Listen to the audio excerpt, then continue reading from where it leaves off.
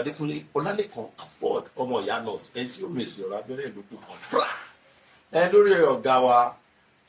the late Yomi Ogunmọ́lá ẹni tí mo mọ̀ nípa wọn pọ̀ gan ọdún tèmi àti wọn kọ́kọ́ mọ́ra that was 1992 mo pàdé wọn ní Àtìtẹ̀bí nílé ọ̀gá Bello wọ́n wá lọ́jọ́ yẹn so wọ́n wá bá ọ̀gá Bello ṣe meeting lórí production kan ó dà pé production yẹn wọ́n pè wọ́n pé kán wá àtù kì í ṣe báwọn náà fẹ́ direct so mo ṣáàrí pé he's a very kind and gentle man wọn fẹ́ wà náà wọ́n fẹ́ kankan so mo try láti súnmọ́ wọn díẹ̀ ẹ̀yìn ìgbà yẹn ni mo discover pé one direct mo wá gbé súnmọ́ wọn díẹ̀ mo like directing style wọn so gbogbo gba èmi Kazeem Seidu Samson Badéjọ fojú sí ni wọ́n kọ́kọ́ mú mọ́ra àti pósítà àwa ọ̀rẹ́ mẹ́rin yẹn wọ́n mú wa mọ́ra tó bá ti níṣẹ́ wọ́n á pè wá káwá assist wọn gbogbo gba ẹni tí ń ṣe continuity àwọn fojú sí light àwọn pósítà set so wọ́n á ń pè wá pọ̀ láti lọ bá wọn ṣiṣẹ́ ni ó ní Volkswagen kan tó ń lò gbà ẹ́ mo ṣe gba wájú òtẹ́ẹ̀ kan tí Volkswagen kú sí lọ́jọ́ kan báyìí ní Kòròdú tí a ń bọ̀ láìpẹ́ yìí náà mo ti Volkswagen ní wájú bíbá ní ọjọ́ tá à ń wí pàṣẹ ti lọ láti bọ̀ pàṣẹ ti lọ láti bọ̀. Those are one of those lovely memories. I remembered when I wanted to shoot my very first movie tí a pè àkọlé àkọ́kọ́ ti ṣe kan kò jáde àwa fẹ́ ṣe mí professionally àwa gbé fún wọn àwọn náà bá wa handle ẹ̀ so there and then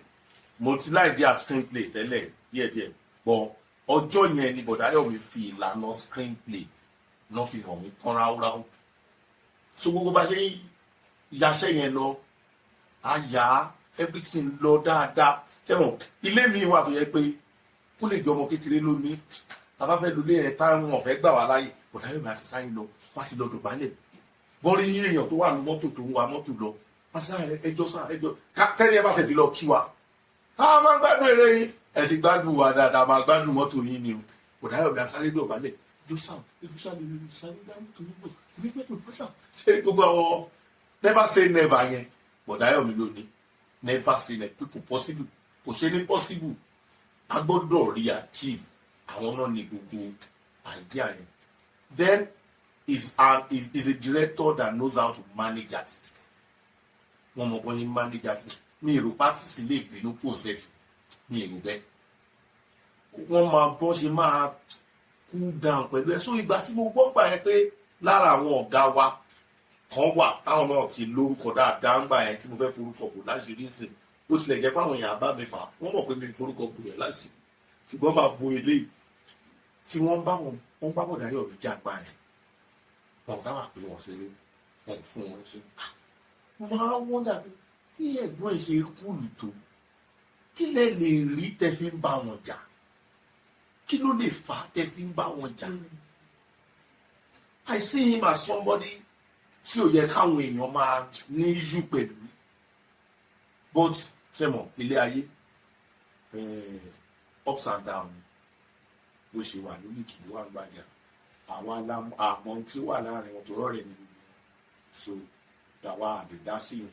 lẹ́nu mo túmọ̀ wọn sí pé tàbá ti lọ iṣẹ́ bẹ́ẹ̀ àfọ ṣé mo lè rí owó iṣẹ́ mi mo fẹ́ fi ránṣẹ́ sí ìyàwó mi láti kú pé ìyá ìyẹn is a very upright kò sí pé producer tó bá jẹ wọ́n lówó àmúra o because pọ̀ ní fagídígbà ìyá yìí tó bá lè ti sọ ìyá yìí náà àwa náà tún ti pé Bọ̀dáyọ̀mí tí wọ́n ráyè lọlé ṣé kò tó lè dá àwọn tó fi owó ránṣẹ́ sílé so is somebody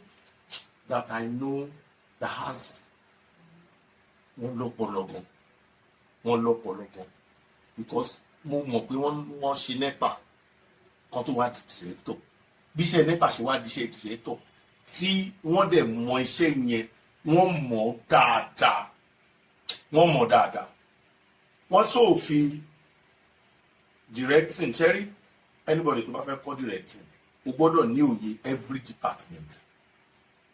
pàápàá jùlọ òye editing bọ̀dáyọ̀ ní mọ̀bí tó yẹ kí ìsàṣàn wà lásìkò ọ̀rọ̀ báyìí ní time báyìí gbogbo kíní ẹ̀ wọ́n gbélé wa lọ́wọ́ a lè dúpẹ́ lọ́wọ́ wọn fún oore tán ṣe inú ayé wa ọlọ́run ò ní jẹ́ kí ìyà jẹ àwọn ọmọ wọn ní agbára ọlọ́run ibi gíga làwọn ọmọ wọn náà sí ẹ ti ṣe ìwọ̀nba tí ọlọ́run ní kẹ́ ẹ ṣe ìwọ̀nba tẹ́ ẹ ṣe ò parun tó ráyà mi living witness mo wà lára àwọn tó tap nínú ògo tó wà lára wọn mo tún dúpẹ́ lọ́wọ́ Yomi Ogunmọ́lá the late Yomi Ogunmọ́lá lẹ́ẹ̀kan sí ẹ ṣé sá thank you. Olórí ẹ má jẹ́ káwọn aráàlú sọ mí lẹ́nu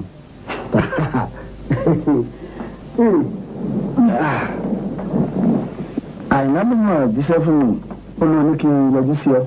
Bẹ́ẹ̀ ni èyí ni wọ́n ṣe sí ọ lóòótọ́ mo fẹ́ kí ẹ kú oríire torí ìdílé ọlọ́kọ́ ńlá ló yẹ ilẹ̀ yìí kan.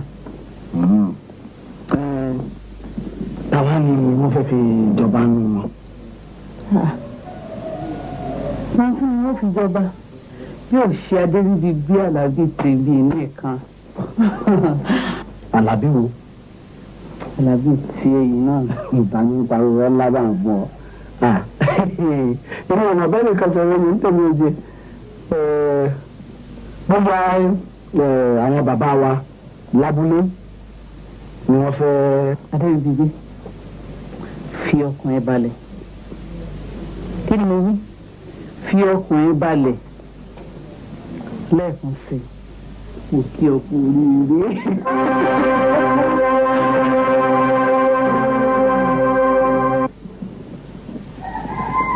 ẹjọ́ lórí Rọ́mọkẹ́ ta ni arákùnrin yìí náà. Ọba lọ́la ló ń wò yín. ó mà ṣe bí olórí ìṣọ̀bá ti kú a ò tún gbọ́ òrìṣà rẹ̀ gbọ́ nígbà